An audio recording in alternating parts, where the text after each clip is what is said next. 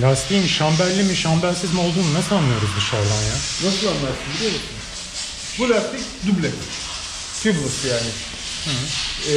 Gel abi. Bak, jant göbeğinden gelen teller jantın dışına geliyor. Jantın içine girmiyor. Jantın içinde hava kaçıracak bir şey yok. Tubeless olmayanlar, şamyelli olan lastiklerde bu jant telleri ortaya geldiği için oradan hava kaçırıyor. Seal etmek gerekiyor. Onun içinde Tubeless diye bir Amerikan malı bir malzeme var. Böyle onun yatağı vardır. Şu yatağın içerideki yeri vardır. Oraya montajlanan, böyle içine yanlış hatırlamıyorsam 40 psi falan bir hava basılan ondan sonra bir malzeme var. O oraya kavruyor ve jant tellerinin içindeki, yani oradan hava kaçmasını engelleyecek bir sistem. Ondan sonra ama bu tip teller mesela Aprilia çok kullanır bunu. BMW çok kullanır. R1200 GS'lerde falan da böyledir. Teller jant göbeğinden dışarıya gelir. Dolayısıyla jantın içinde, yani havanın olduğu yerle işi olmadığı için de bu lastik tubeless lastikte kullanılabilir.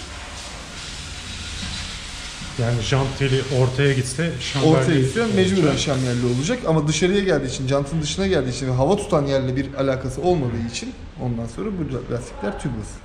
Tel olmayıp da benimki gibi şunun gibi olduğu zaman nasıl anlıyorsun? Sibop'ta. Bu normal tubeless sibobu. Ondan sonra bakalım dükkanda var mı? Ha, mesela bu BMW. Bak, siboba yakın çek. Somun ve metal sibop. Bu şamyelli sibobudur. Aa, evet. Şamyeli geçirip Sibobu sabitlemen lazım. Aynen öyle. Sabitlemek için. Bu mesela BMW'nin bu lastik işte şamyelli. Niye? Çünkü teller ortaya giriyor ve şu tel diplerinden ondan sonra hava kaçırır bu. Tabii ki.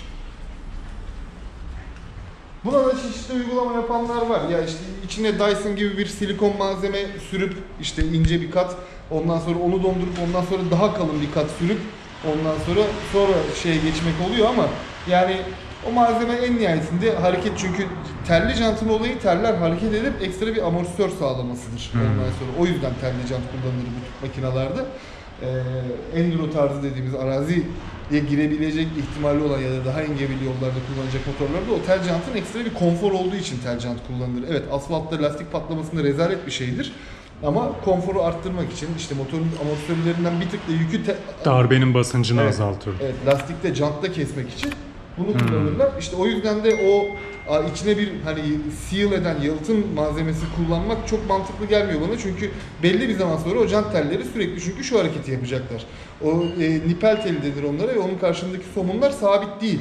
Çünkü jant teline sıkılıyor ve jantın şeyini ayarlamak için o. Akord ayarı dedikleri. Sonuç olarak o janttaki her esnemede o nipel içeri girer çıkar, içeri girer çıkar. Bir yerden sonra o alttaki seal eden malzemeyi bozacak, yapışkanını bıraktıracak oradan ya da delecek, geçecek. Yani kısa vadede olmasa bile en azından uzun vadede ya da çok arazi kullanımında daha kısa vadede bu işi bozabilir o iş. O yüzden hani işte bu dediğim tubeless'ın hani tubeless diye yapmış adamlar. Jantın tam şu tellerin orta bastığı yere oturan hemen hemen şu kalınlıkta hava basınca ondan sonra orayı tamamen sızdırmaz hale getiren bir malzeme var. İkinci bir sübap deliği deliniyor janta. Onun sübabı oradan geçiyor. Kendi sübabı var. Kendi içinden transit geçip lastiğe hava basmak için. Ondan takarsan bir daha şamyel derdin olmaz. Ve çok da kalın bir malzemeden yapmışlar. Hani kolay kolay da delinmiyor. Bir de lastikle arasında bayağı mesafe kaldığı için yani çok uzun bir onluk inşaat çivisi falan girip ayrıca delebilir onu. İşte öyle de bir kötülük var. O bir kere delindiği zaman bizim normal yamalar tutmuyor. Çünkü içinde çok ciddi bir basınç hapsettiği için